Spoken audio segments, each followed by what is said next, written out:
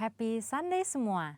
Dalam edisi Voice of Pentecost kali ini kita akan membahas mengenai paradigma kekudusan bagi generasi yang menyelesaikan amanat agung. Menjaga kekudusan kadang-kadang dianggap sebagai hal yang kuno, bahkan membebani. Benarkah demikian? Apa arti kekudusan yang sesungguhnya? Kekudusan adalah karakter dari Allah yang paling menonjol yang memiliki makna keterpisahan. Salah satu contoh ketika Adam dan Hawa sebagai manusia pertama jatuh di dalam dosa. Mereka harus keluar dari Taman Eden. Hal ini menunjukkan bahwa Allah yang kudus harus terpisah dari manusia yang tidak kudus dan juga terpisah dari segala sesuatu yang bertentangan dengan keseluruhan karakter Allah itu sendiri.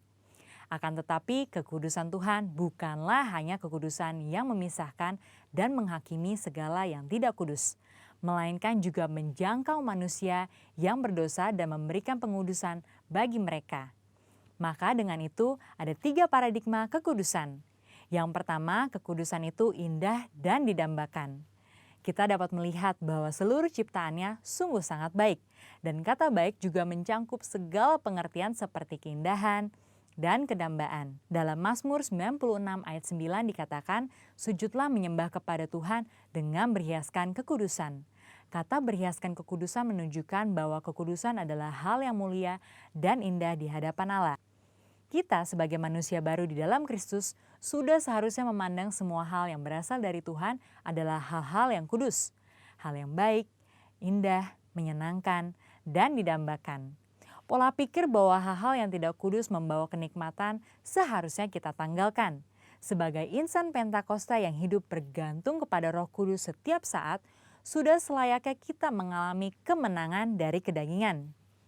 Yang kedua, kekudusan itu menular dan menyebar.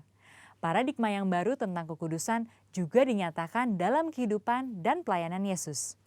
Dalam pelayanannya, Yesus sering digambarkan berada bersama dengan orang-orang yang najis menurut Taurat.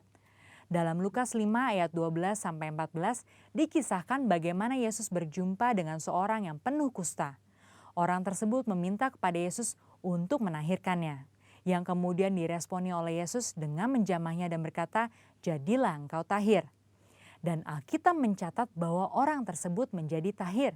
Ketika Yesus menjamah orang yang sakit kusta yang najis menurut Taurat, Yesus tidaklah menjadi najis.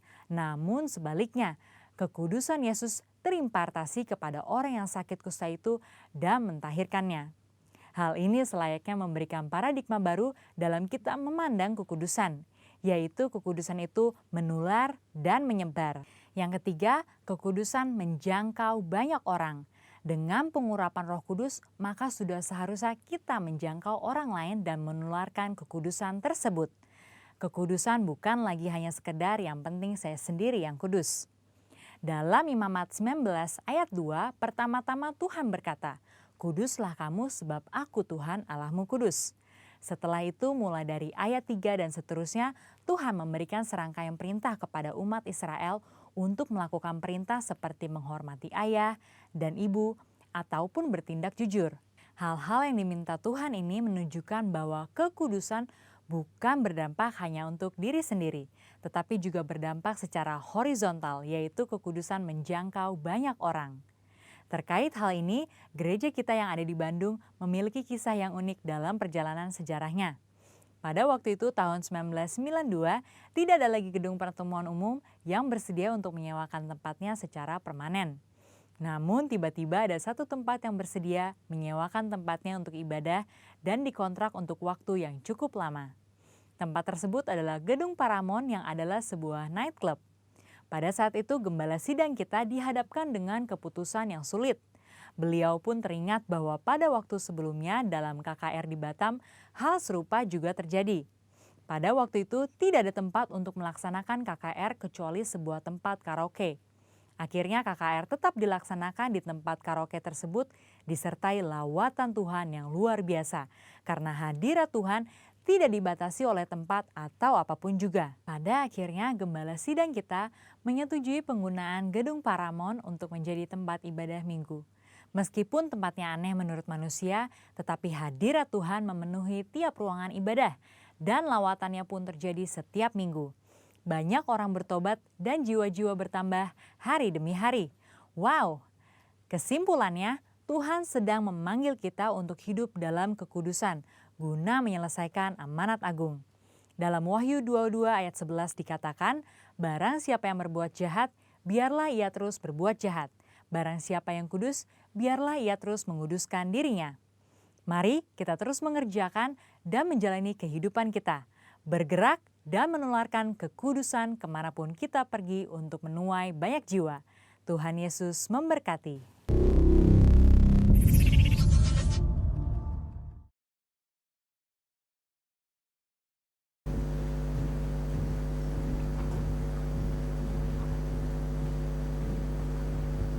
Shalom semuanya Bapak Ibu. Shalom. Puji Tuhan, sekalipun cuaca dingin, hati anak-anak Tuhan tetap berapi-api. Amin. Sekali lagi saya katakan shalom Bapak Ibu. Shalom. Mari kita sama-sama bangkit berdiri. Kita akan mendeklarasikan Mazmur 91. Dalam lindungan Allah. Orang yang duduk dalam lindungan yang maha tinggi dan bermalam dalam naungan yang maha kuasa akan berkata kepada Tuhan, tempat perlindunganku dan kubu pertahananku, Allahku yang kupercayai. Sungguh dialah yang akan melepaskan engkau dari jerat penangkap burung, dari penyakit sampar yang busuk. Dengan kepaknya ia akan melindungi engkau, di bawah sayapnya engkau akan berlindung. Kesetiaannya ialah perisai dan pagar tembok. Engkau tak usah takut terhadap kedahsyatan malam, terhadap panah yang terbang di waktu siang, terhadap penyakit sampar yang berjalan di dalam gelap, terhadap penyakit menular yang mengamuk di waktu petang. Walau 1000 orang rebah di sisimu dan 10.000 di sebelah kananmu, tetapi itu tidak akan menimpamu. Engkau hanya menontonnya dengan matamu sendiri dan melihat pembalasan terhadap orang-orang fasik.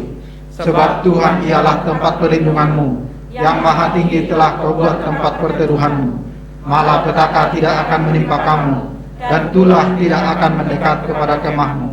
Sebab malaikat-malaikatnya akan diperintahkannya kepadamu untuk menjaga engkau di segala jalanmu. Mereka akan menatang engkau di atas tangannya, supaya kakimu jangan terantuk kepada batu. Singa dan ular tedung akan kau langkahi. Engkau akan menginjak anak singa dan ular naga.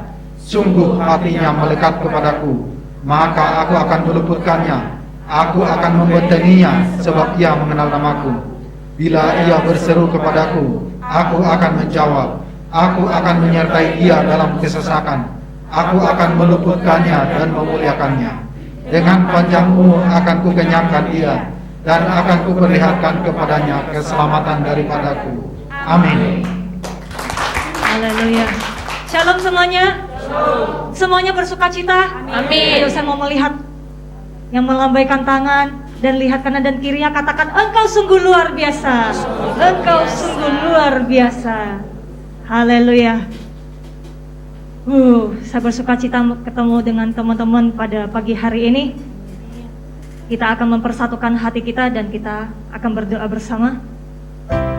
Syakala barata kala barata kala basyiki la barata kala barata kala ura barata kala barata kala basyakala barata kala barata kala basyiki la basyiki syakala la la la la la barata kala basyakala barata kala bus ura barata kala barata kala basyiki la barata kala basyiki.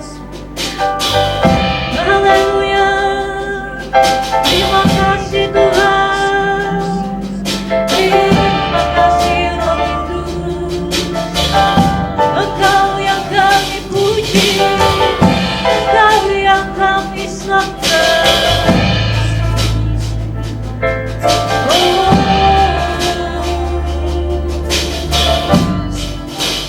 Engkau ajaib.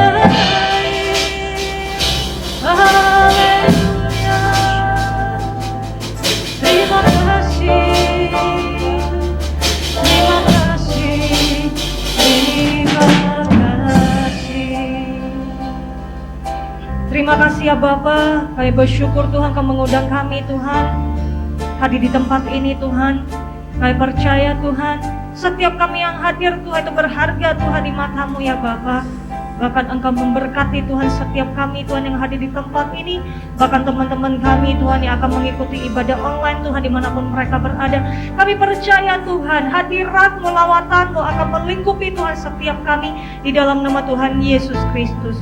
Kami bersyukur Tuhan Engkau masih memberikan kami nafas hidup, kesehatan, bahkan keluarga besar yang baik, pelayanan, bisnis, usaha pekerjaan oleh Saudara Yesus.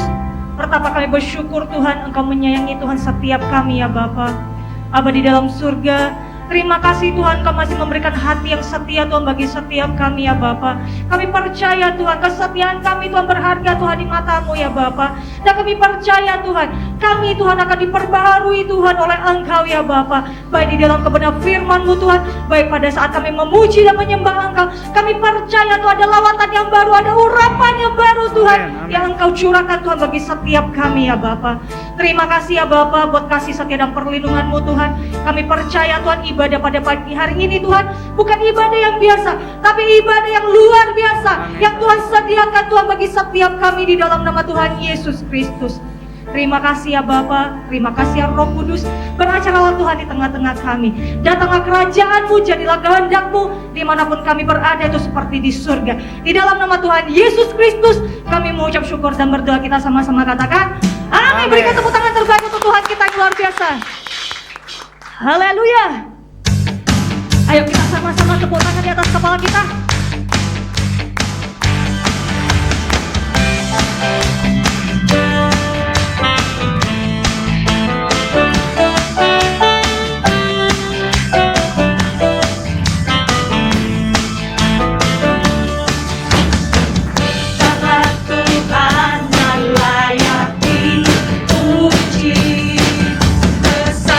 Namanya kepala kuasanya.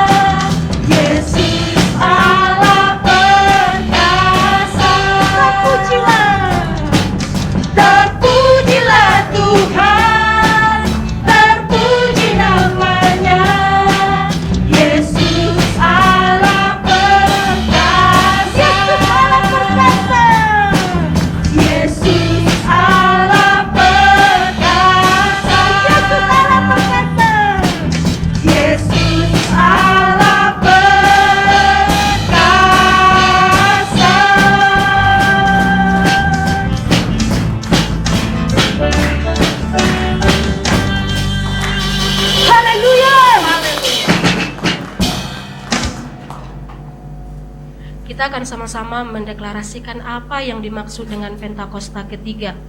1.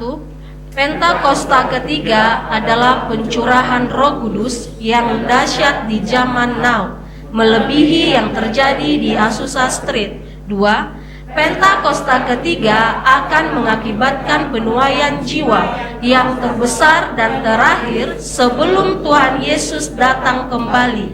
3. Pentakosta ketiga akan membangkitkan generasi Yeremia, yaitu anak-anak muda yang dipenuhi Roh Kudus, cinta mati-matian kepada Tuhan Yesus, tidak kompromi terhadap dosa, dan akan bergerak untuk memenangkan jiwa. 4. Pentakosta ketiga lahir di Indonesia dan bergerak ke bangsa-bangsa. Gerakan ini dari timur ke barat dan akan kembali ke Yerusalem.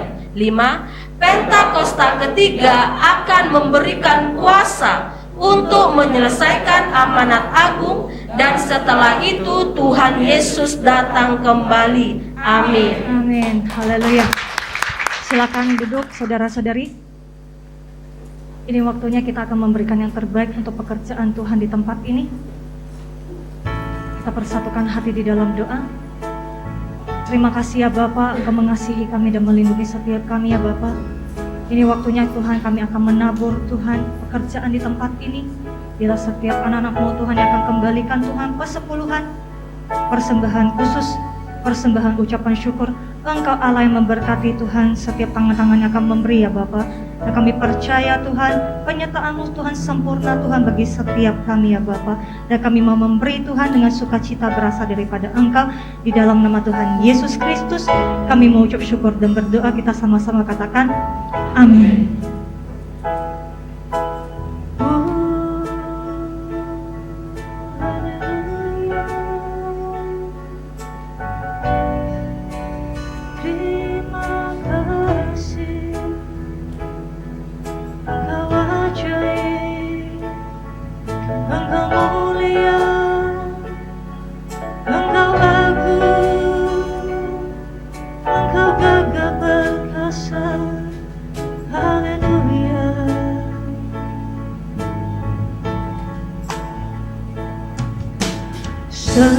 Semusim berlalu, namun Kau selalu peliharaku.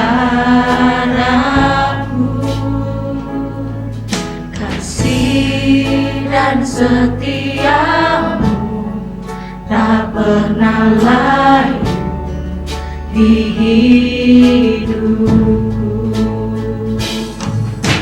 Semusim berlalu, namun Kau selalu peliharaku. Kasih dan setiamu tak pernah layu di hidupku. Lebih luas dari samudra, kebaikan-Mu Bapa takkan habis di hidupku. Lebih tinggi dari cakrawala, tak terbatas kasih-Mu. Sungguh ku bersyukur.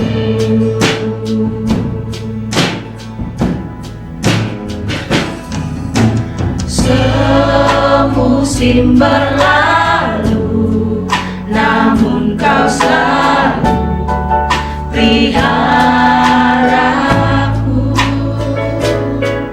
Kasih dan setiamu tak pernah layu di hidupku.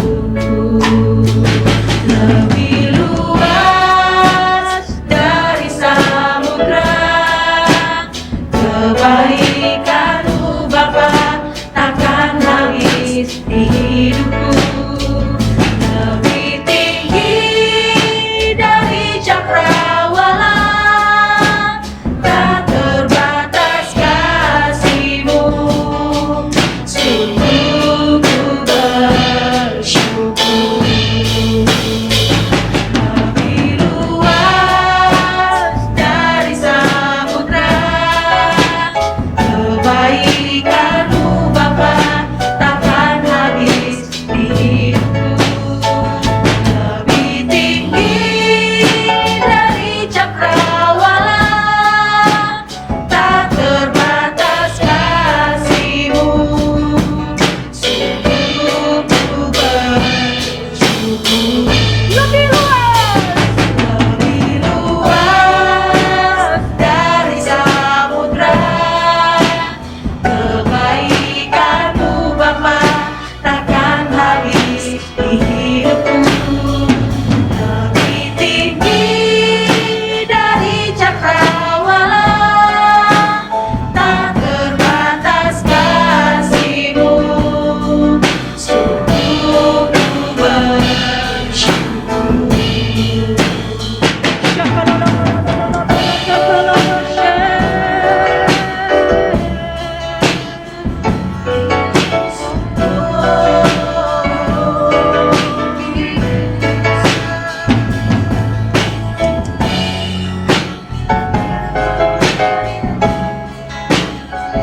Terima kasih Tuhan Yesus.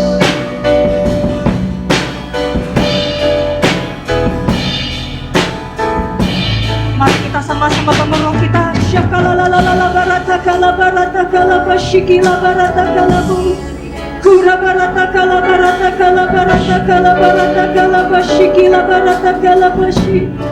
Kuta kala barata kala la la la la la la la la barata kala bashikila barata kala bu. Shikila barata kala barata kala barata kala basha kala barata kala barata kala barata kala barata kala basha. Terima kasih Tuhan. Kau begitu baik Tuhan bagi setiap kami Tuhan. Kami percaya Tuhan hari-hari kami Tuhan, musim yang baru yang Tuhan berikan bagi kami Tuhan. Kesulitan tantangan yang akan terjadi dalam hidup kami, kami percaya Tuhan tidak akan pernah meninggalkan setiap kami. Syakalala barata kala barata kala bu. Kurata kala barata kala barata kala bashikila barata kala barata kala bashe. Syakalala la la la la la la la la la la la la la la barata kala bu. Kami percaya Kau mengasihi kami Tuhan. Begitu juga kami Tuhan mengasihi Engkau ya Bos. Bila kemuliaan-Mu Tuhan nyata di tempat ini, kemuliaan-Mu Tuhan, kemuliaan-Mu Tuhan yang kami perlukan Tuhan. Bila kuasa-Mu nyata Tuhan di tempat ini Tuhan. Syakalalalalalalala baratakala baratakala bashi. Kesembuhan akan terjadi, pemulihan akan terjadi, kemenangan akan terjadi di tempat ini. Syakalalalalalalalala baratakalamu. Semudah kita semuanya untuk bangkit berdiri bersama-sama. Angkat kedua tangan kita. Bagi yang bisa berbahasa roh, ayo bangun roh kita bersama-sama. Bagi yang masih belum bisa bahasa roh, ayo bermasmur. Tidak ada satupun yang diam di tempat ini. Syakalalalalala baratakala baratakalamu. Kami membuka hati untuk Engkau Tuhan. Ya Tuhan Yesus, biarlah lemah lembutan-Mu Tuhan Engkau berikan bagi hati kami ya Tuhan Yesus. Damai sejahtera-Mu, sukacita yang Kau berikan bagi kami Tuhan. Yes Lord.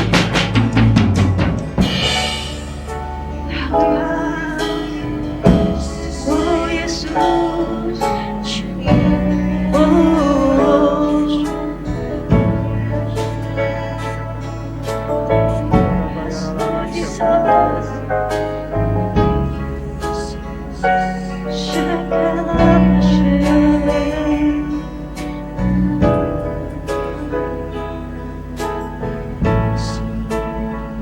Lebih luas dari samudra, kebaikan-Mu Bapa takkan habis di hidupku. Lebih tinggi dari cakrawala, tak terbatas kasih-Mu. Sungguh ku bersyukur.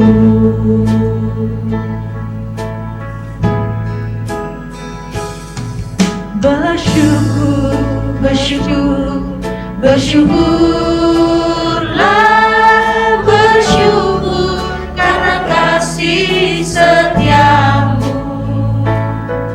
Ku sembah, ku sembah, ku sembah dan ku sembah sama hidupku, ku sembah Kau Tuhan. Bersyukur, bersyukur, bersyukur, bersyukurlah, bersyukur karena kasih setia-Mu. Ku sembah, ku sembah, ku sembah dan ku sembah selama hidupku, ku sembah Kau Tuhan. Kasih Allahku sungguhlah terbukti ketika Dia serahkan anaknya. Kasih Allah mau berkorban bagi kau dan aku. Tak ada kasih seperti kasih Allahku. Kasih Allahku sungguhlah terbukti ketika Dia serahkan anaknya. Kasih Allah mau berkorban bagi kau dan aku. Tak ada kasih seperti kasih-Mu. Bersyukur, bersyukur, bersyukurlah, bersyukur karena kasih setia-Mu. Ku sembah, ku sembah, ku sembah dan ku sembah selama hidupku, ku sembah Kau Tuhan. Ku bersyukur, bersyukur, bersyukur, bersyukurlah, bersyukur karena kasih setia-Mu. Ku sembah, ku sembah, ku sembah dan ku sembah selama hidupku, ku sembah Kau Tuhan. Ku bersyukur, bersyukur, bersyukur, bersyukurlah, bersyukur karena kasih setia-Mu. Ku sembah, ku sembah, ku sembah dan ku sembah selama hidupku, ku sembah Kau Tuhan. Selama hidupku, Selama hidupku, ku sembah Kau Tuhan. selama hidupku. Selama hidupku, ku sembah Yesus, Yesus. beri kemuliaan buat Tuhan. Haleluya. Mirata karada basti kuriala basya karada bayara la bayara la bayara la bayara la bayara. Hurata karada basti kirala basi kuriala basya karada bayara la bayara la bayara la bayara la bayara. Oh Yesus, haleluya. Engkau baik Yesus, terpujilah namamu Yesus, dimuliakanlah namamu, ya Tuhanku ya Rajaku. Engkau layak ditinggikan, Engkau layak dimuliakan, ya Tuhanku ya Rajaku, ya Allahku ya Bapakku. Haleluya.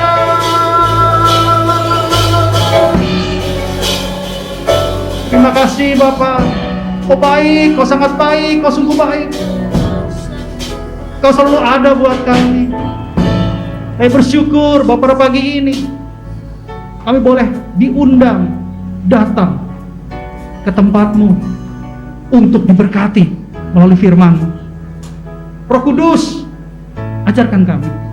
Roh Kudus, buat kami mengerti. Roh Kudus, mampukan kami untuk menjadi pelaku firman, sehingga kehidupan kami diperbaharui secara total. Karena kami tahu kami ada untuk dijadikan umat yang lebih daripada pemenang. Bapa, urapi hamba-Mu yang akan menyampaikan isi hati-Mu. Berikan kuasa-kuasa perkataan sorgawi, sehingga pada saat firman disampaikan, kami semua diubahkan dalam nama Tuhan Yesus. Terima kasih Bapa buat kebaikan-Mu. Saya bersyukur boleh ada di tempat ini bersama dengan Engkau. Berbicaralah Abah. Kami siap duduk diam dalam hadirat-Mu untuk mendengarkan isi hati. Segala hormat, pujian, kuasa, kemuliaan, kemasyiran bagi-Mu. Di dalam nama Tuhan Yesus Kristus, kami mengucap syukur dan berdoa. Yang siap mendengar firman Tuhan sama-sama katakan amin. Silakan duduk Bapak Ibu Saudara. Pemusik boleh kembali ke tempatnya masing-masing. Shalom. Tuhan Yesus baik. Tuhan Yesus dahsyat. Tuhan Yesus ajaib. Puji Tuhan. Beri kemuliaan buat Tuhan. Haleluya. Di dalam hidup ini kita tidak bisa sendirian. Kita butuh teman untuk curhat, untuk berbicara, ngobrol bareng gitu ya. Bahkan bertukar pikiran. Jadi memang kita diciptakan sebagai makhluk sosial dan tidak bisa sendirian. Nah, hari ini saya percaya kita semua akan diberkati melalui firman Tuhan yang saya tidak menyangka bahwa ini sejalan searah dengan VOP tadi. Saya tidak memprediksi bahwa itu sama dengan VOP, tapi rupanya itu sejalan. Dan saya percaya kalau itu sejalan berarti firman Tuhan pada hari ini artinya firman Tuhan yang hidup. Firman Tuhan yang akan memberkati kita semua. Yang mengerti katakan yes. Hari ini kita akan belajar dengan tema khotbah Dia ada untuk kita. Itu tema khotbah hari ini. Kita akan buka Matius 9 ayat 9 sampai 13. Matius 9. Kita akan baca bergantian. Ayat 9 sampai ayat 13. Dimulai dari saya dulu. Saya yang akan baca ayat ganjil. Bapak, Ibu, saudara-saudara sekalian baca ayat yang genap. Dari ayat 9 sampai ayat 13. Yang sudah dapat katakan amin. Belum semua.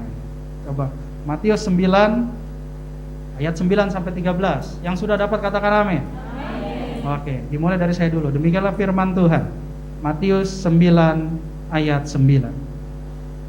Setelah Yesus pergi dari situ, ia melihat seorang yang bernama Matius duduk di rumah cukai. Lalu ia berkata kepadanya, "Ikutlah aku."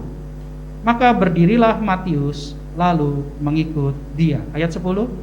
Kemudian ketika Yesus makan di rumah Matius, datanglah banyak pemungut cukai dan orang berdosa dan makan bersama-sama dia dan murid-muridnya. Ayat 11. Pada waktu orang Farisi melihat hal itu, berkatalah mereka kepada murid-murid Yesus, "Mengapa gurumu makan bersama-sama dengan pemungut cukai dan orang berdosa?" Ayat 12. Yesus mendengarnya dan berkata, "Bukan orang sehat membutuhkan kita, tetapi orang sakit." Ayat 13. Jadi, pergilah dan pelajarilah arti firman ini. Yang ku kehendaki ialah belas kasihan dan bukan persembahan. Karena aku datang bukan untuk memanggil orang benar, melainkan orang berdosa. Demikian firman Tuhan. Amin. Ya, saya dapat ayat ini, ayat yang sederhana, tetapi setelah saya belajar, saya dalami, saya renungkan, dan saya berdoa, puji Tuhan, Roh Kudus singkapkan ada hal-hal yang akan memberkati kita pada pagi hari ini. Jadi kita akan belajar siapa pribadi Yesus dan buat apa dia datang ke dunia. Karena kita sudah dekat dengan Natal, jadi saya akan bawakan pelan-pelan step by step sampai nanti pada puncaknya di tanggal 25 baru kita akan mengerti secara Alkitab, secara Alkitabiah siapa pribadi Yesus dan untuk apa dia datang. Ya. Dikatakan di sini Yesus melihat seorang yang bernama Matius. Jadi kalau kita lihat paralel Injilnya di kitab Lukas namanya Lewi. Nanti bisa dilihat ya. Jadi Matius ini dipanggil juga Lewi. Nah, lalu Matius ini sedang duduk di rumah cukai. Jadi dia pemungut cukai. Dia pemungut cukai. Pemungut cukai ini pada saat itu, pada zamannya, pada zaman itu paling dibenci sama bangsa Israel. Kenapa paling dibenci? Karena si Matius ini bertugas untuk memungut cukai daripada bangsa Israel. Pajak, gitu ya. Kalau sekarang bahasanya pajak, gitu ya. Memungut pajak, tapi pajaknya bukan buat pemerintah Israel, gitu ya. Bukan buat raja Israel, gitu ya. Karena waktu itu Israel belum punya raja, gitu ya. Tapi diberikan kepada Roma, bangsa Roma. Jadi uang itu beda. Kalau kita kan sekarang pajak diambil lalu diberikan kepada pemerintah. Dari kita untuk kita, buat kita. Tapi kalau itu bangsa Israel dimintakan pajak tetapi diberikan kepada bangsa lain. Gitu. Ya, semacam dalam istilahnya lebih dikenal diperas gitu ya. Jadi dianggap bahwa pemungut cukai pada zaman itu adalah sebagai pengkhianat. Pengkhianat karena dia ngambil pajak dari bangsanya untuk bangsa lain gitu. Ya, jadi bukan untuk bangsa Israel juga tapi untuk bangsa Roma. Jadi pemungut cukai pada saat itu dicap sebagai pengkhianat, benci. Yang kedua, kalau misalnya ditargetkan dari pemerintahan Roma bahwa satu orang harus bayar 1 dinar, pemungut cukai boleh meminta 2 dinar. Itu sah-sah aja pada zaman itu. Jadi 1 dinarnya buat Roma, 1 dinarnya masuk kantong dia. Jadi pemungut cukai pada saat itu juga dikenal sebagai koruptor. Jadi koruptor udah ada lama, cuma KPK baru ada sekarang. Di Israel dulu mungkin gak ada KPK gitu ya. Dan memang gak ada KPK pada zaman itu. Tapi sekarang ada KPK. Jadi bukan hanya pengkhianat, tapi juga koruptor. Makanya pemungut cukai pada saat itu kaya-kaya. Kok bisa Pak dia begitu? Karena dia di backing atau di backup oleh tentara Roma. Jadi dia bisa menaikkan jumlah yang dia minta dari bangsanya untuk disetor ke bangsa Roma, tetapi kelebihannya itu masuk ke kantong sendiri. Jadi bisa kebayang ya, kalau pemungut cukai pada saat itu sangat amat dibenci. Kenapa? Karena dia sebagai pengkhianat bangsa dan juga sebagai koruptor yang dilegalkan, gitu ya ceritanya. Tetapi pada saat si Matius duduk di rumah cukai, dikatakan di Alkitab lagi duduk, lagi berdiam diri, Yesus datang. Bukan Matius datang kepada Yesus, Yesus datang. Lalu dia bilang apa? Ikutlah aku, follow me, ikutlah aku. Sederhana kata Yesus, tapi punya kuasa, ikutlah aku. Apa yang dilakukan kemudian? Matius berdiri lalu mengikut Yesus. Ini luar biasa ya. Yesus datang, bukan kita yang cari Yesus, tapi Yesus yang cari kita. Kita semua adalah orang berdosa. Kalau Yesus nggak cari kita, kita sudah terhilang. Tapi karena Yesus cari kita bukan jadi anak yang terhilang, tapi kita jadi anak yang tersayang. Itu kebaikan Tuhan. Dia datang. Tuhan tahu nggak Matius ini orang berdosa? Tuhan tahu nggak Matius ini koruptor? Tuhan tahu nggak Tuhan Yesus tahu nggak bahwa Matius ini adalah pengkhianat bangsa? Tahu dia. Tapi Tuhan hindari ya? Tidak. Tuhan hampiri dan berkata, ikutlah. Tapi perhatikan di sini, Matius juga merespon. Ya, dia bangun dan dia ikut. Jadi kalau kita sekarang ada di sini, itu karena Yesus lebih dulu menghampiri kita dan mengatakan, ikutlah aku. Puji Tuhan, itu semua kebaikan Tuhan. Ya. Dan tidak ada yang benar di hadapan Tuhan. Tadi kalau kita lihat di VOP, Allah Maha Kudus, kita tidak kudus. Yang tidak kudus tidak bisa mendekati yang Maha Kudus. Tapi karena yang Maha Kudus mempunyai hak prerogatif Allah, dia bisa mendekati yang tidak kudus. Saya ulang lagi. Allah Maha Kudus, kita tidak kudus. Yang tidak kudus tidak bisa mendekati yang Maha Kudus. Tapi Allah bisa mendekati yang tidak kudus karena dia punya hak prerogatif Allah. Nah, begitupun Yesus. Dia datang kepada Matius. Matius lagi duduk-duduk, gitu ya. Banyak kan orang-orang yang duduk-duduk rohani? Banyak duduk rohani. Yang Kristen sudah lama, ya, atau dari lahir Kristen tapi tidak mengerti kekristenan. Semalam saya juga baru ikut resepsi pernikahan, dan kebetulan satu meja dengan satu orang yang sudah menjadi Kristen 18 tahun, gitu ya. Jadi dia banyak cerita sama saya, dan dia lebih banyak menghujat hamba Allah, hamba Tuhan, gitu ya, menghujat hamba Tuhan. Saya bilang, kenapa dia begini? Tapi dia bilang gini, tapi gak apa-apa Pak, walaupun pengerjanya pada gak benar, pada menuduh saya, pada gak bantu saya tetap setia sama gereja saya. Oh, gitu. Halo, dia tanya, dia bilang gini, saya nggak percaya kalau ibadah online itu tidak ada hadirat. Saya bilang, saya juga nggak percaya sih, saya bilang begitu. Ya, tetapi yang jelas ketika kita ibadah online harus ada kedewasaan rohani, baru bisa merasakan hadirat. Tapi kalau nggak ada kedewasaan rohani, susah untuk merasakan hadirat. Kenapa? Saya juga online kok dengan Jakarta Pusat. Saya bisa nangis saya. Kenapa begitu? Karena saya dewasa rohani. Saya waktu dalam ujian penyembahan saya benar-benar punya nyembah. Tapi sangat disayangkan ketika online kan itu antara kita dengan Tuhan. Terkadang kita online kan sambil tidur-tiduran. Terkadang kita online kan sambil ngurus-ngurus yang lain.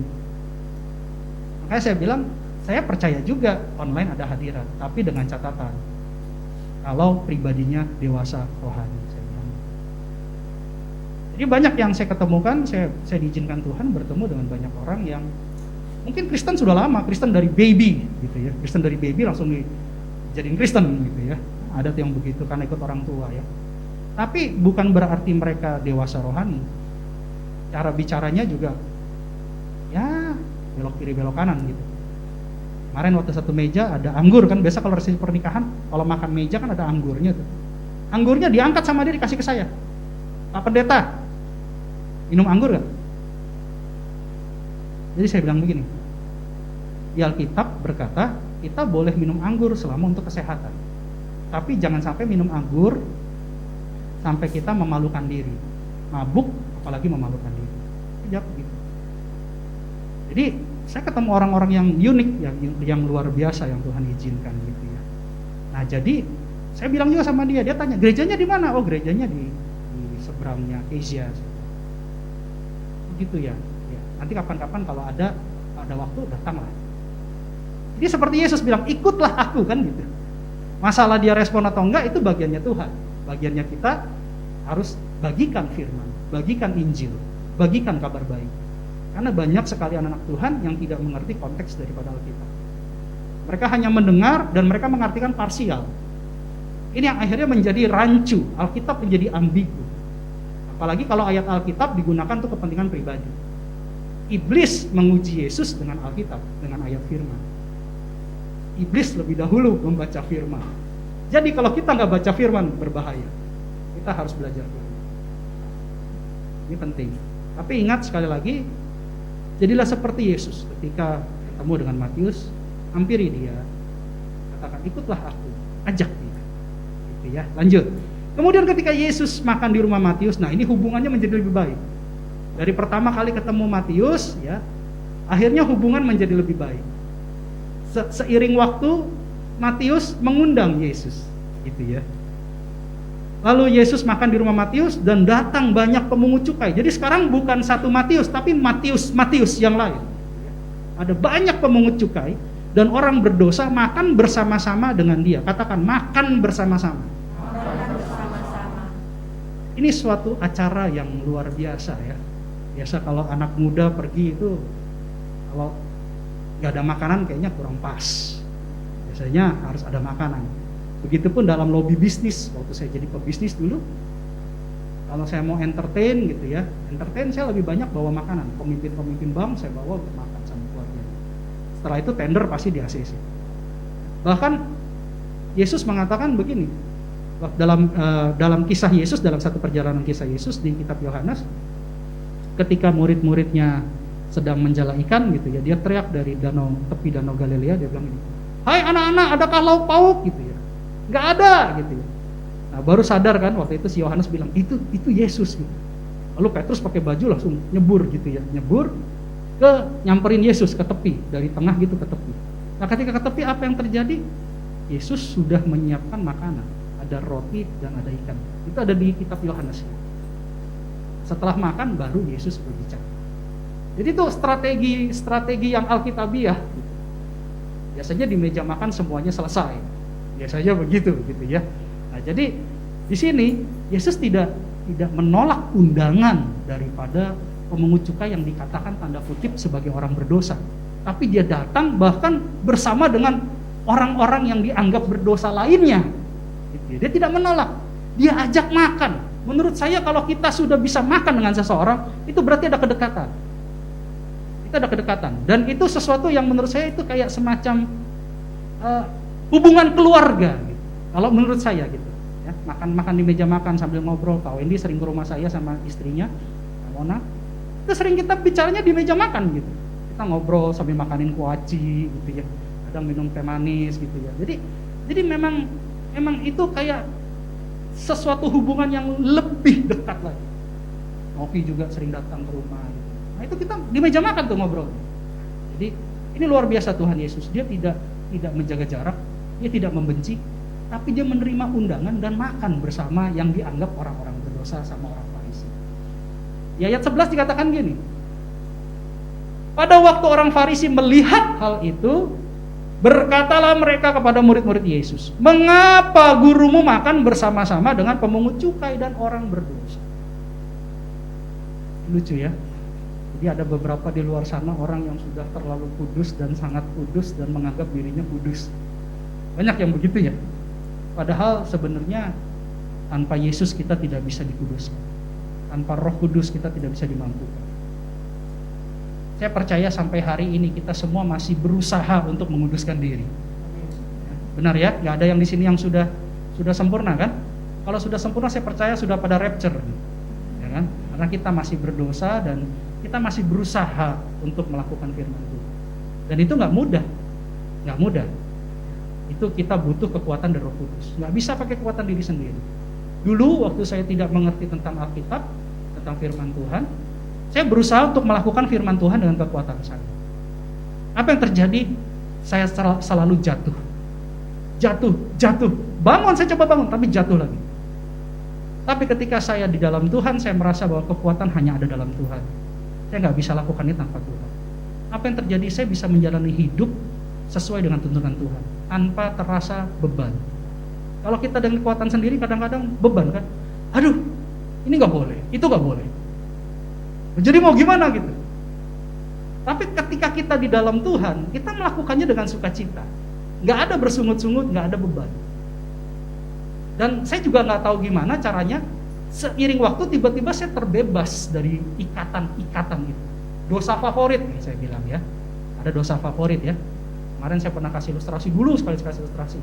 Ada orang yang kalau lagi ibadah gitu ya, dosa favorit, tahu ya dosa favorit ya. Semua orang punya dosa favorit.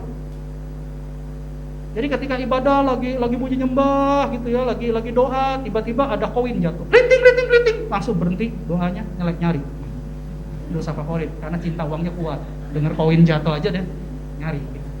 Ada yang kalau ngelihat orang gitu ya, pakaiannya unik-unik ya zaman sekarang ya, yang atas diturunin, yang bawah dinaikin karena kurang bahan gitu ya. Nah, terus mulai ngiri, wah gue pengen tuh diperhatiin pakai kayak begitu. Nah, itu dosa favorit, itu dosa favorit ya. Ada lagi gitu ya, udah jelas jalan sama pasangannya gitu ya, lewat nih gitu yang aneh-aneh gitu lewat ya. Bukan penampakan, beneran gitu. Kalau penampakan lewat nih di mall ya, lewat. Ya kan? Langsung, ini tangan pegang pasangan, mata ngelirik. Itu namanya mata keranjang. Tahu mata keranjang? Mata keranjang. Pikirannya keranjang. Ada yang begitu, itu dosa favorit. Ya. Kalau udah begitu gimana Pak? Tarik lagi muka. Ya pasangannya harus balikin. Jadi ini dosa-dosa favorit ini perlu pertolongan Tuhan. Perlu, pasti kita semua pasti punya dosa favorit, pasti. Cuma yang tahu antara kita dengan Yesus. Nah itu perlu minta tolong sama Tuhan. Tuhan, saya mau berubah, Tuhan. Tolong bantu saya diperbarui. Tapi jangan dengan kekuatan sendiri. Minta tolong Roh Kudus. Pasti bisa. Percaya, saya sudah alami. Dan banyak teman-teman di sini, saudara-saudara sekalian sudah alami. Pasti bisa. Nah, kemarin Samuel bersaksi juga ya. Saya kemarin dengar kesaksiannya mau nangis.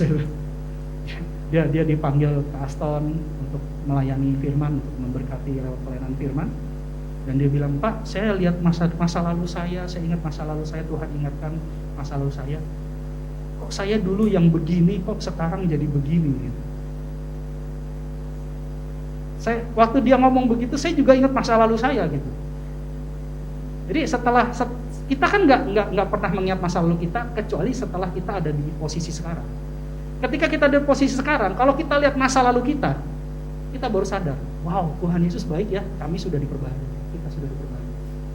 Tapi pada saat itu waktu kita di dalam kubangan kotor itu kan kita kan nggak sadar. Kita merasa fine aja kan, kita merasa enjoy saja kan. Tapi ketika kita sekarang sudah diperbaharui oleh Roh Kudus, ketika kita melihat kondisi kita yang lama, disitulah kita melimpah dengan ucapan syukur. Jauh sekali kita diperbaharui. Dan kalau saya diperbarui oleh Tuhan Yesus dan Tuhan Yesus mampu memperbarui saya orangnya keras, istri saya orangnya keras, tapi kami sudah diperbarui. Maka Tuhan Yesus yang sama mampu memperbaharui kita semua. Gak ada yang gak mungkin. Yang penting kita mau buka hati, kita mau merespon seperti Matius. Terserah orang-orang di luar sana mengatakan bahwa kamu kan orang berdosa, kamu kan gak layak. Masa kamu kan ngerokok aja masih ngerokok. Ya, ada ya. Saya waktu itu penginjilan satu orang, Pak, ayolah Pak ke gereja. Saya masih belum siap Pak karena saya masih ngerokok. Saya bilang gini sama dia, Bapak kapan siapnya kalau nunggu rokoknya berhenti? Bapak datang dulu, nanti diperbarui. Itu kan simbolis kan punya banyak cara untuk menghambat, menunda. Tapi kita jangan kalah sama simbolis. Karena kita didesain untuk menjadi umat yang lebih daripada pemenang. Gak boleh kita kalah. Walaupun banyak orang di luar sana kayak orang Farisi ya, banyak. Wah, begitu orang sakit langsung dibilang, wah banyak dosa lo. Nah padahal dia sakit kena hujan, apa banyak dosa? Kan ada yang begitu ya, langsung tertuduh tuh, kasihan tuh, itu bayi rohani tuh, gitu-gitu ya. Langsung bilang, iya Tuhan, saya minta ampun, saya dosa apa ya Tuhan? Padahal dia gak dosa, dia lupa bawa payung. Kena hujan, hujannya hujan panas, pulang sakit, masa dibilang dosa lupa bawa payung? Nah, kan ada kan yang begitu kan? Ada yang begitu, terus lamar kerja ditolak, lamar kerja ditolak. Dia tanya sama temennya, yang sering rajin ke gereja, pendoa syafaat lagi, ya kan? Tanya, bro, kok gua lamar kerja kok ditolak terus ya? Sebentar gua doa dulu.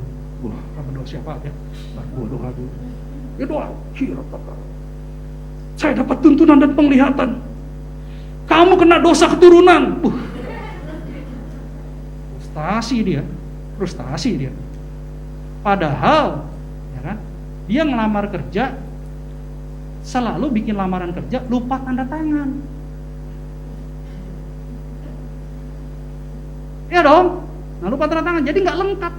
KTP nggak dilampirin, surat keterangan kelakuan baik nggak dilampirin, ya terang ditolak. Jadi permasalahannya bukan dosa keturunan, tapi kurang hikmat.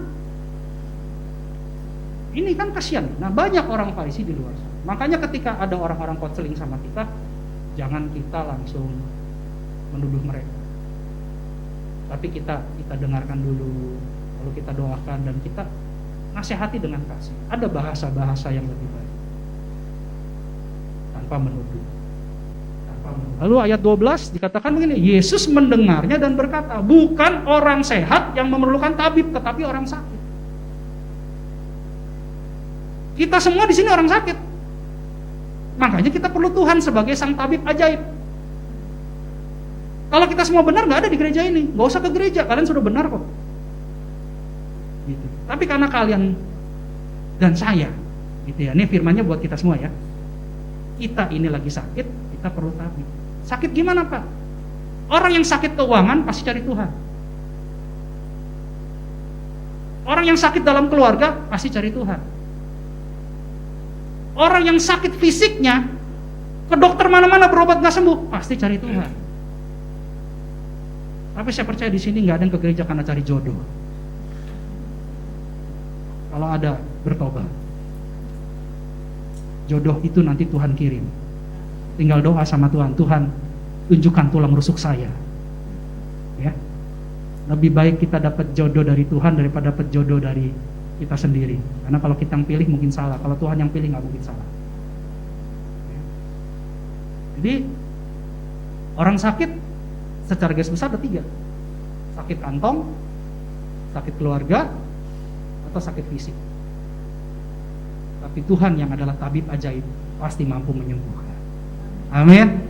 Nah, di sini ayatnya bagus, ayat 13. Kunci dari semua cerita ini ada di ayat 13. Jadi pergilah dan pelajarilah arti firman ini. Berarti orang Farisi disuruh pergi.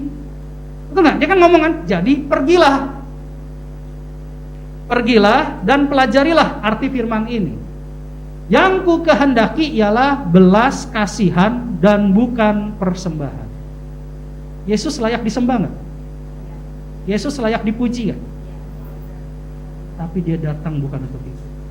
Sekalipun dia layak menerimanya. Dia datang untuk belas kasihan. Dia datang untuk memberikan kasih karunia buat kita. Dia ada untuk kita. Dia ada untuk orang berdosa. Karena dia lebih suka memberi daripada menerima.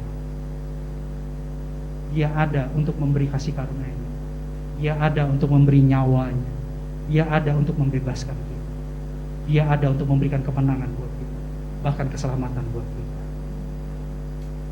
Kisah para Rasul 20 ayat 35 bilang begini. Ini dipelajari oleh Rasul Paulus.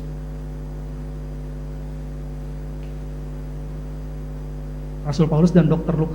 Lukas ya, Kisah para Rasul ditulis sama Dr. Lukas. Demikianlah firman Tuhan. Dalam segala sesuatu telah kuberikan contoh kepada kamu, bahwa dengan bekerja demikian kita harus membantu orang-orang yang lemah dan harus mengingat perkataan Tuhan Yesus, sebab ia sendiri telah mengatakan adalah lebih berbahagia memberi daripada menerima. Ini yang dimaksud perkataan Tuhan Yesus. Dia memberikan nyawanya, dia memberikan kasih karunia-Nya, dia memberikan pengampunan daripada menerima. Seharusnya dia disembah, seharusnya dia ditinggikan, seharusnya dia dilayakkan, dan dia layak menerima semua itu. Karena dia menggantikan kita di kayu salib. Tetapi dia bilang, no, saya datang ke sini untuk memberikan belas kasihan kepada kamu. Ini luar biasa Tuhan Yesus. Jadi kalau kita selama ini melewat firman, kita dinasehati, kita ditegur, kita dibangun, jangan tersinggung. Saya juga sering ditegur kok sama firman. Tapi terima dan lakukan. Jika kita lakukan itu, percaya deh, hidup kita akan diperbaharui. Jadi jangan kita kekeh gitu loh. Kekeh ya, ngomongnya gimana kekeh? Keras kepala gitu ya, auban. Nah, itu bahasanya auban. Kalau orang Jakarta bilang auban bener. Gitu ya. Jangan. Kita dibilangin, kita ditegur, kita pikirin, kita renungkan. Lalu kita minta kekuatan sama Tuhan. Tuhan, saya mau loh. Saya benar-benar mau loh Tuhan, bantu saya, tolong saya. Apa yang terjadi? Percaya, Tuhan akan bekerja. Ketika kita mau, kita berdiri di sini, Tuhan duluan di depan. Tapi kalau kita duduk, dia nggak akan maksa kita. Karena dia tidak pernah memaksa. Itu kasihnya begitu luar biasa. Tapi ketika kita mau jalan, baru kita langkah 1 langkah atau setengah langkah, dia sudah di depan kita. Itu Yesus. Yang penting kita mau, kita bilang sama Tuhan, Tuhan saya mau, Tuhan benar saya mau berubah, saya mau diperbaharui, saya mau jadi pemenang Tuhan. Ajarkan saya, tolong bantu saya, kuatkan saya, mampukan saya, bisa. Saya dulu kalau ngomong suka ngegas. Makanya hoki keturunan saya ngegas juga dia. Buah jatuh tidak jauh dari pohonnya. Jadi memang hoki ngegas. Nah sekarang saya bilang, tapi sekarang sudah kurangin gasnya nih dari 200 km per jam jadi 50 km per jam. Jadi kamu belajar juga ngurangin. Udah mulai ngurangin. Kalau ngomong serang senyum-senyum sama apinya. Waduh, teduh sekali kalau ngeliat si Hoki ngomong. Kalau dulu, weng gitu. Waduh, saya bilang nih udah jadi orang tua. Ya ampun gitu. Tapi sekarang kita berdua sudah berjanji sama Tuhan kita mau berubah. Dan pasti bisa berubah. Ya, jadi nggak ada yang nggak mungkin bagi Tuhan. Dia bilang yang ku kehendaki ialah belas kasihan, bukan persembahan. Dia sendiri ngomong, aku mengasihi kamu. Aku mengasihani kamu juga gitu. Sampai aku rela berikan nyawanya untuk kamu supaya diselamatkan. Makanya dia bilang, karena aku datang bukan untuk memanggil orang benar, melainkan orang berdosa. Ada dua lawan kata, orang benar, orang berdosa. Kita yang tadinya berdosa karena Yesus dijadikan benar.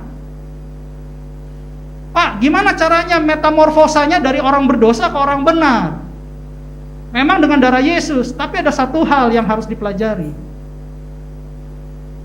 Ini penting. Coba kita lihat paralel Injilnya. Lukas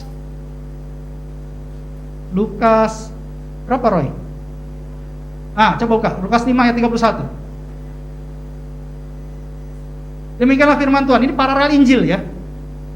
Lalu jawab Yesus kepada mereka, katanya, bukan orang sehat yang memerlukan tabib, tetapi orang sakit. Lanjut ayat 32. Perhatikan kata-kata ini. Aku datang bukan untuk memanggil orang benar, tetapi orang berdosa, supaya mereka bertobat. Katakan bertobat. Ini yang Tuhan Yesus mau. Dengan kasih-Nya, dengan tuntunannya, Dia mau kita semua bertobat, sehingga dari orang berdosa status kita jadi orang benar. Yesus mengorbankan nyawanya buat kita supaya kita jadi orang benar. Tapi kita juga harus bertobat. Kita juga harus mau diperbaharui. Ini adalah kasih karunia sesungguhnya.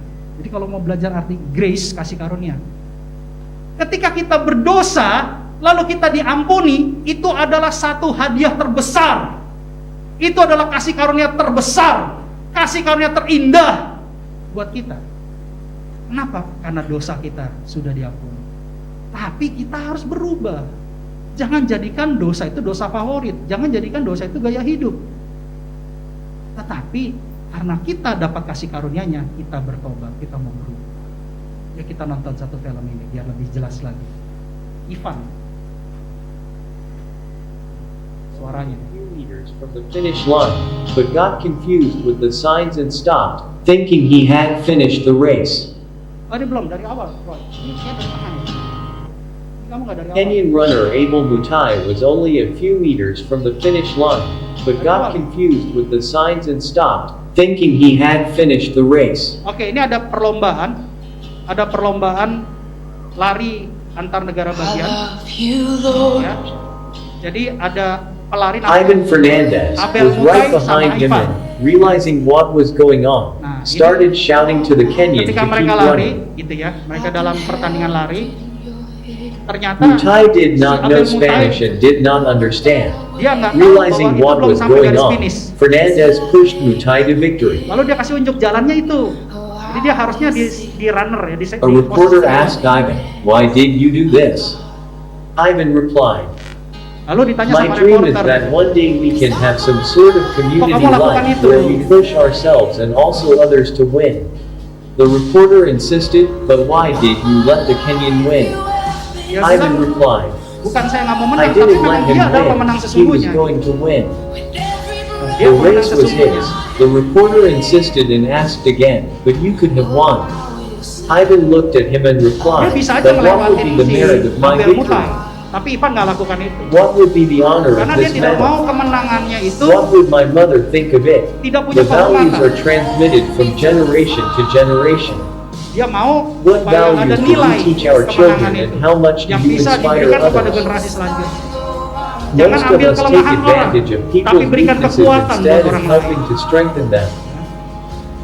ini dia ceritanya. Jadi Abel Mutai kebingungan, dia belum sampai garis finish, dia pikir sampai garis finish. Ivan di belakang, dia kasih unjuk, depan lagi, maju lagi, maju lagi, maju lagi, sampai akhirnya garis finish. Dia bisa duluin si Abel Mutai, tetapi dia tidak lakukan itu. Ya.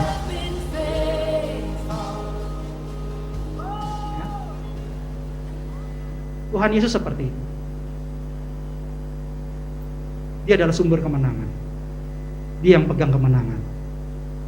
Tetapi dia selalu di belakang kita, menunjukkan jalan supaya kita bisa menang dan sampai garis finish. Itu Tuhan Yesus. Mungkin kita terkadang kebingungan. Kita belum sampai garis finish, sama seperti Abel Mutai, kita kebingungan. Kenapa? Karena ada pergumulan hidup. Karena ada dosa menjadi kita terdakwa, tertuduh. Iblis kan suka gitu ya, ingetin dosa. Kamu gak layak, kamu gak layak, kamu gak layak. Gitu. Padahal Allah bilang gini kepada Yesus, engkau adalah anak Allah. Inilah anak Allah. Gimana ya? Sebentar, kita buka ayatnya ya. Saya nggak mau salah karena di mimbar. Kemarin kita sudah belajar soalnya. Ini ada ayat yang bagus, saya tambahkan.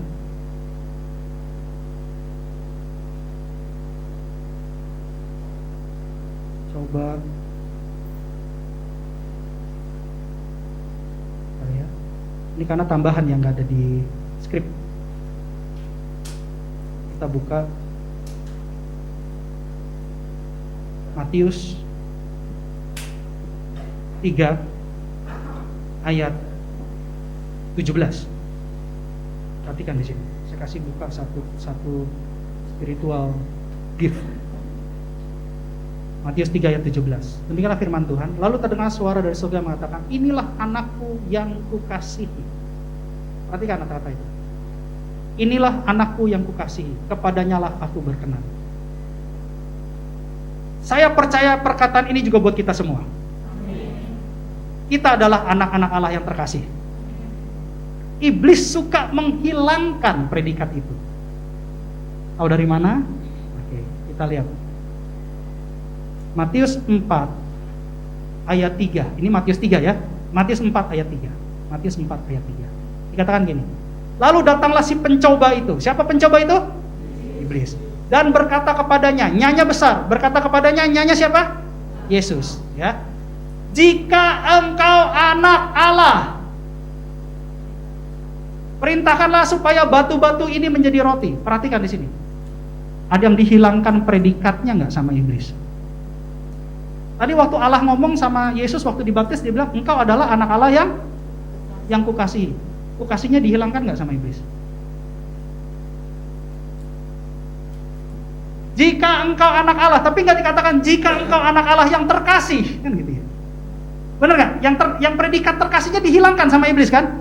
Supaya apa? Supaya kita tertuduh, supaya kita terdakwa, supaya kita jatuh, kita merasa dihilangkan, menjadi anak yang tidak disayang, tidak dikasihi, kita jadi anak yang terbuang. Itu maunya iblis. Makanya, mulai sekarang ubah mindset kita. Kita adalah anak-anak yang terkasih. Gak ada yang bisa memisahkan kasih Yesus dengan kita. Sama seperti tadi Abel Mutai dan juga Ivan Fernandes. Dia bisa saja mendului Abel Mutai untuk menjadi pemenangnya, tetapi enggak, dia tunjukkan Abel Mutai. Itu jalannya, itu jalannya. Dan akhirnya Abel Mutai tetap jadi pemenang. Yesus selalu mendorong kita untuk jadi pemenang, sekalipun dia yang pegang sumber kemenangan. Tapi dia berikan kemenangan itu buat kita. Itulah yang dikehendaki Tuhan.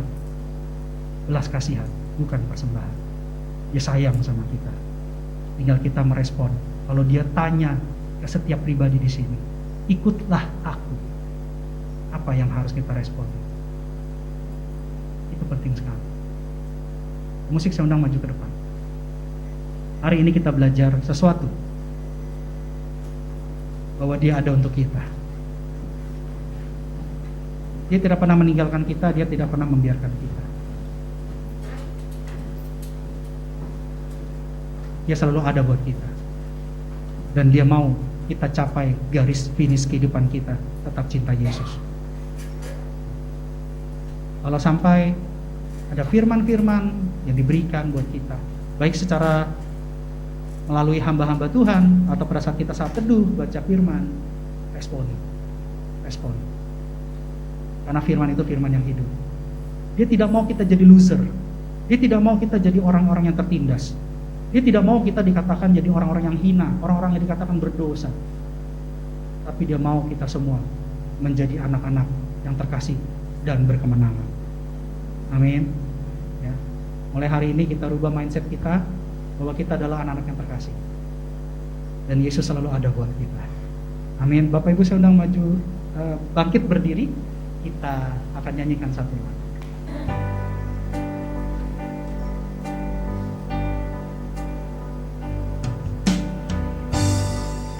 Ku tetap cinta, ku tetap cinta, walau badai datang menerpa, ku tetap cinta. Katakan ku tetap setia. Ku tetap setia, ku tetap setia, walau topan datang menerpa, ku tetap setia. Terlalu banyak yang Tuhan telah beri, takkan mungkin ku balas dari apa yang ku miliki. Ku persembahkan seluruh hidupku, dan ku tetap cinta, biar ku tetap setia untuk selama-lamanya. Kita belajar lagu ini. Ku tetap cinta, yes Lord. Ku tetap cinta, walau badai datang menerpa, ku tetap cinta, ku tetap setia, ku tetap setia, ku tetap setia, walau topan datang menerpa, ku tetap setia. Terlalu banyak, terlalu banyak yang Tuhan telah beri, takkan mungkin ku balas dari apa yang ku miliki.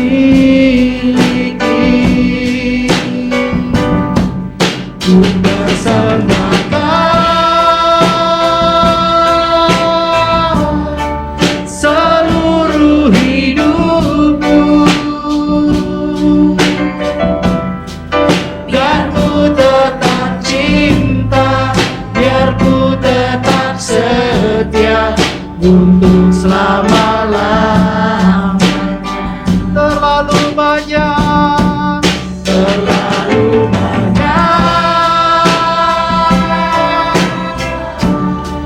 yang Tuhan telah beri, takkan mungkin ku balas dari apa yang ku miliki. Ku persembahkan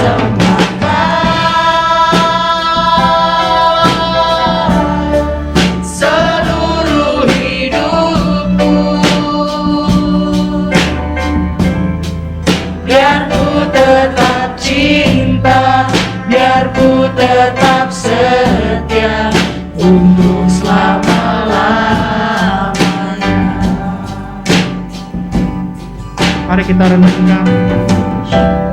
Tuhan ada buat kita. Dia datang ke dunia ini bukan untuk menerima persembahan, tapi dia datang ke dunia ini untuk sebuah belas kasihan. Belas kasihan kepada kita, orang sakit yang memerlukan tabib, orang berdosa yang membutuhkan keselamatan. Tanpa Yesus kita tidak bisa selamat, karena upah dosa adalah maut. Tapi Yesus mati di kayu salib gantikan kita. Dia datang untuk mati, dia lahir di dunia untuk mati di kayu salib. Semua karena ingin menggantikan kita. Dia rela dianiaya, dia rela dipermalukan, bahkan darahnya bercucuran. Semestinya kita yang ada di kayu salib itu. Tapi Tuhan Yesus begitu baik. Dia dengan lemah lembut mendekati kita, dan dengan lemah lembut berkata, ikutlah aku. Yesus mau kita semua ikut dengan dia. Dan dia mau menjadikan kita umat yang berkemenangan. Dia mau kita diselamatkan. Tapi itu semua butuh respon kita. Mungkin kita semua diawali dengan jadi orang berdosa, tetapi pastikan hidup kita diakhiri dengan orang dalam kebenaran. Izinkan Tuhan masuk dalam hidup kita. Izinkan Tuhan Yesus mengajar kita. Izinkan Tuhan Yesus menuntun kita. Izinkan Tuhan Yesus menyelamatkan kita. Mari kita responi. Ketika Yesus berkata, ikutlah aku, kita ikut dengan dia. Katakan terlalu banyak. Terlalu banyak yang Tuhan telah beri, takkan mungkin ku balas jari apa yang ku miliki. Ku persembahkan